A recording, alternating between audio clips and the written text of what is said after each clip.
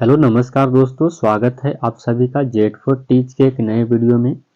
दोस्तों आज की इस वीडियो में हम लोग क्लास 10th का साइंस के मॉडल पेपर को देखने वाले हैं। जहां दोस्तों क्लास 10th के साइंस का मॉडल पेपर मतलब मॉडल सेट हमारे द्वारा तैयार किया हुआ है और काफ़ी अच्छे अच्छे वीवीआई क्वेश्चन आपको इसमें डाले गए हैं। तो आपसे हम रिक्वेस्ट करेंगे कि आप इस वीडियो को स्किप मत करिए, जरूर देख के जाइएगा। मात्र आपको 10 से 12 मिनट हम लेंगे और आप एक बार अंत में जरूर बताइएगा कि कैसा था क्वेश्चन, और कमेंट करके वैसे बताइएगा। इससे पहले मैंने आप सभी को 1 से लेकर के 40 तक ऑब्जेक्टिव करा चुके हैं, तो नहीं देखें तो लिंक मिल जाएगा डिस्क्रिप्शन बॉक्स में, जाकर के देख लीजिएगा। आज की इस वीडियो में हम लोग 41 से लेकर के 80 तक यानी 40 क्वेश्चन को देखने वाले हैं। और 40 में से यदि आपका 20 सही होता है तो आपकी तैयारी बहुत बढ़िया है। आपको है हिम्मत तो आप 20 सही करके दिखाइए और रुकिए और कमेंट में जरूर अंत में लिख करके जाइएगा कि आपको 20 सही हुआ कि नहीं। चलिए आज की इस वीडियो को शुरू करते हैं। चैनल पर नए हैं तो सब्सक्राइब कर लीजिएगा। 41 नंबर क्वेश्चन दोस्तों, ग्वाइटर अथवा घेंघा पनपता है। ग्वाइटर अथवा घेंघा किसके कैसे पनपता है? तो आयोडीन की कमी के कारण। ऑप्शन नंबर बी आपका सही उत्तर हो जाएगा। अगला है कि नर युग्मक एवं मादा युग्मक के संलग्न को क्या कहते हैं? तो नर युग्मक एवं मादा युग्मक के संलग्न को निषेचन कहा जाता है। ऑप्शन नंबर आपका ए सही उत्तर हो जाएगा। अगला है कि अंडाणु निषेचित होता है। अंडाणु निषेचित होता है तो देखिएगा, अंडाणु निषेचित फ्लोपियन ट्यूब में होता है, फ्लोपियन नलिका में होता है। ऑप्शन नंबर सी आपका राइट आंसर हो जाएगा। अगला है कि खुला परिसंचरण तंत्र किसमें पाया जाता है? खुला परिसंचरण तंत्र किसमें पाया जाता है दोस्त? सही उत्तर आपका राइट आंसर हो जाएगा। 44 नंबर क्वेश्चन की बात कर ले तो राइट आंसर आपका हो जाएगा तितली में पाया जाता है। ऑप्शन नंबर डी आपका राइट आंसर। अगला नंबर क्वेश्चन देखिएगा क्या कहा गया है। देखिए अगला है दोस्तों कि निम्न में कौन एक जैविक प्रक्रम द्वारा अपघटित होने वाला पदार्थ है? तो जैविक प्रक्रम द्वारा अपघटित होने वाला पदार्थ जो है वो कौन है? तो देखिएगा, सूखे घास और पत्ते हैं, बाकी है प्लास्टिक पॉलिथीन कभी नहीं गलता, रबर भी नहीं गलता है। ऑप्शन नंबर आपका ए सही उत्तर। पादप में अनॉक्सी श्वसन का अंतिम उत्पाद क्या होता है? अनॉक्सी श्वसन का अंतिम उत्पाद की बात कर लें तो उसमें इथाइल अल्कोहल होता है। ऑप्शन नंबर सी।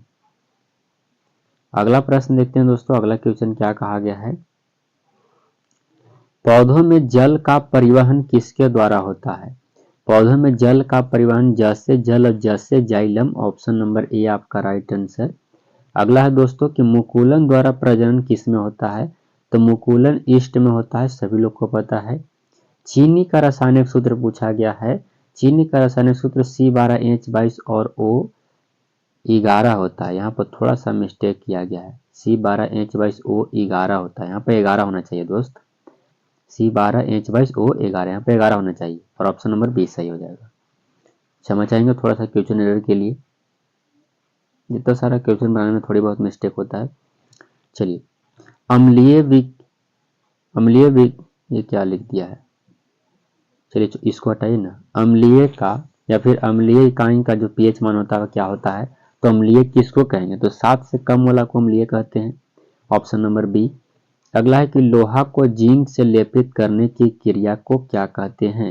यदि लोहा को जिंक से लेपित कर रहे हैं तो उसको गैल्वेनीकरण कहते हैं। ऑप्शन नंबर बी आपका सही उत्तर हो जाएगा। एसिटिलीन में कार्बन कार्बन के बीच सहसंयोजक बंधन की संख्या कितना होता है? तो सही उत्तर दोस्तों ट्रिपल बॉन्ड होते हैं। ऑप्शन नंबर डी आपका राइट आंसर हो जाएगा। चलिए आगे देखते हैं अगला क्वेश्चन क्या कहा गया है। अगला देख लीजिए, श्वसन किस प्रकार की रासायनिक अभिक्रिया है?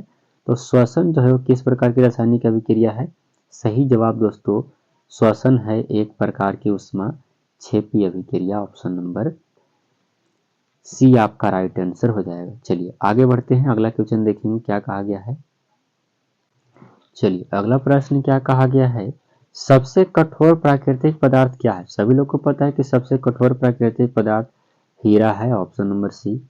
अगला है कि एल्कीन का सामान्य सूत्र आपको बताना है। एल्कीन का सामान्य सूत्र बताना है। तो एल्कीन का सामान्य सूत्र क्या हो जाएगा दोस्त?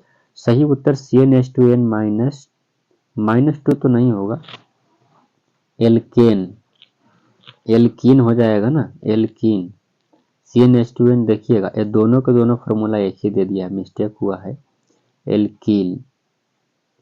आपको ऑप्शन नंबर डी होना चाहिए, CN नहीं, ये भी नहीं होगा। एल्केन का ए होता है, एल्काइन का यह होता है, ये भी एल्काइन का ही दे दिया है, तो एल्कीन आपसे पूछा गया है तो CnH2n होता है। ठीक है, याद रखिएगा। बाकी अगर मिस्टेक हो रहा है तो आप लोग कमेंट पे जरूर बताइएगा क्या होता है। एक अधातु जो विद्युत का सुचालक होता है वो कौन है? तो विद्युत का सुचालक एक अधातु ग्रेफाइट है। अगला है कि बेकिंग पाउडर का अणुसूत्र आपसे पूछा गया है, तो बेकिंग पाउडर का अणुसूत्र क्या होता है? सही जवाब दोस्तों NaHCO3 होता है। ऑप्शन नंबर सी आपका करेक्ट आंसर हो जाएगा। चलिए आगे बढ़ते हैं, अगला नंबर क्वेश्चन देखिए। अगला है कि कार्बन के सबसे बाहरी कोष में इलेक्ट्रॉन की कुल संख्या निम्नलिखित में से क्या होती है? तो कार्बन के सबसे बाहरी कोष में इलेक्ट्रॉनों की संख्या जो होता है वो 4 होता है। अगला प्रश्न देखिएगा, अगला नंबर क्वेश्चन क्या कहा गया है।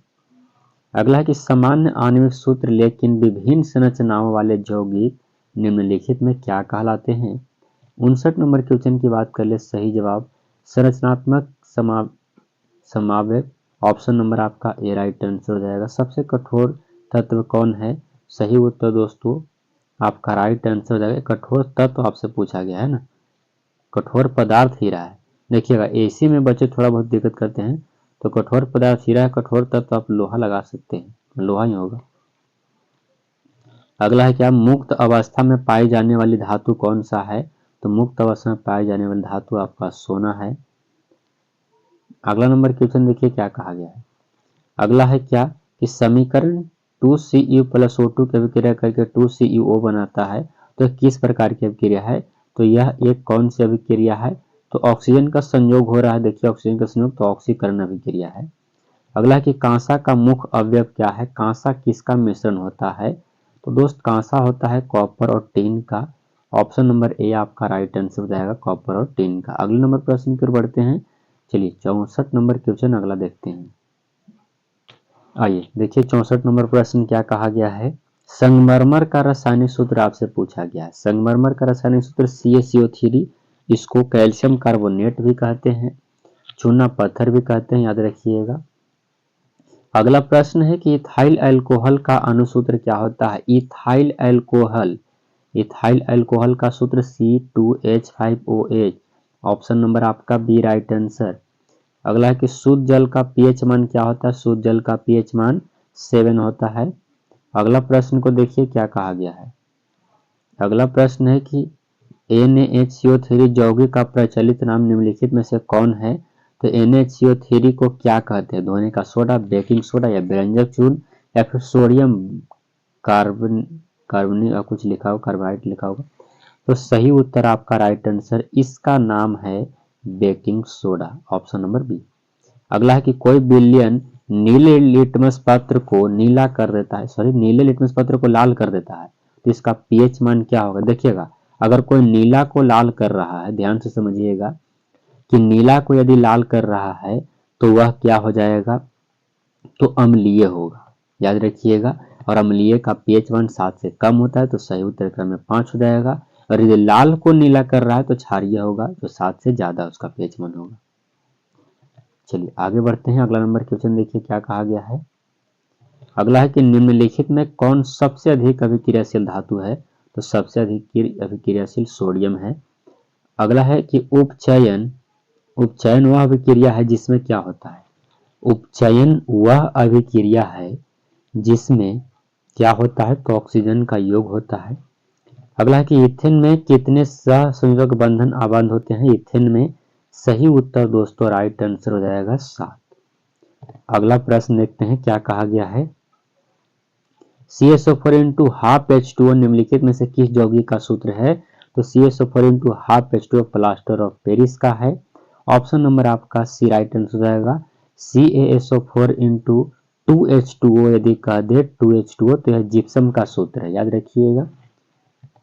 चलिए आगे देखते हैं, अगला नंबर क्वेश्चन क्या कहा गया है।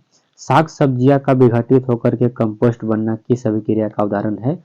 तो साग सब्जी का विघटित होकर के कंपोस्ट बनेगा तो उष्मा क्षेपी अभिक्रिया होता है, याद रखिए उष्मा क्षेपी अभिक्रिया, ऑप्शन नंबर बी। अगला है दोस्तों, निम्नलिखित में से कौन सी धातु कमरे के ताप पर तरल अवस्था में पाया जाता है। 74 नंबर क्वेश्चन का सही उत्तर आपका राइट आंसर हो जाएगा दोस्त पारा, ऑप्शन नंबर ए। कमरे के ताप पर जो है तरल अवस्था में रहता है। धातु की बात किया जाए तो पारा और अधातु की बात किया जाए तो ब्रोमीन लगाइएगा, दोनों काफी शानदार है। ब्रोमीन, अधातु की बात किया जाए तो ब्रोमीन और धातु की बात किया जाए तो पारा, जो कमरे के ताप पर द्रव अवस्था में पाया जाता है। अगला है, इस तरह की आपकी अभिक्रिया है, ये देखने में पता चल गया कि कौन सी अभिक्रिया है, तो सही उत्तर आपका राइट आंसर इसका क्या हो जाएगा। यह देखिएगा Na है तो Na यहाँ हट गया है, यहाँ चला गया है, और Ba है तो एकरा में आकर के जुटा हुआ है, और इसका जो Cl है वो क्रम चला गया है। यानी द्विविस्थापन अभिक्रिया ई में सी में हुआ है, तो द्विविस्थापन अभिक्रिया ऑप्शन नंबर सी आपका राइट आंसर हो जाएगा। अगला है कि निम्न में से अपमार्जक किस में पाया जाता है। अपमार्जक की बात कर ले तो साबुन में अपमार्जक पाया जाता है। अगला प्रश्न है, CFC का पूरा नाम क्या होता है। CFC क्लोरोफ्लोरोकार्बन होता है, कहीं पर यदि है तो क्लोराइड नहीं, क्लोरोफ्लोरोकार्बन, ऑप्शन नंबर सी आपका राइट आंसर। अच्छे से ध्यान से लगाइएगा। अगला है कि पराग कोष में होते हैं, पराग कोष में क्या होता है, तो पराग कोष की बात कर ले तो पराग कोष में पाया जाता है पराग। अगला, हमारे शरीर का pH क्या होता है, तो 7 से लेकर के 7.8 तक। अगला हमारा जो है वो लास्ट क्वेश्चन है, 80 नंबर क्वेश्चन, विद्युत मोटर को चलाया जा सकता है तो किस पर। सही उत्तर आपका राइट आंसर हो जाएगा प्रत्यवर्ती और दिष्ट दोनों धारा पर। बाकी यहाँ से सब्जेक्टिव है तो हम लोग ऑब्जेक्टिव कराने का वादा किए थे, आपको 41 से लेकर के 80 तक कराएं, कुल 40 क्वेश्चन कराएं। आप लोग कमेंट करके बताइए कि 40 में से आपको कितना आया। यदि आपका 20 आता है 40 में से तो आपका तैयारी बहुत तगड़ा है, और आप 80 में 40 एकदम आसानी से करके आइएगा।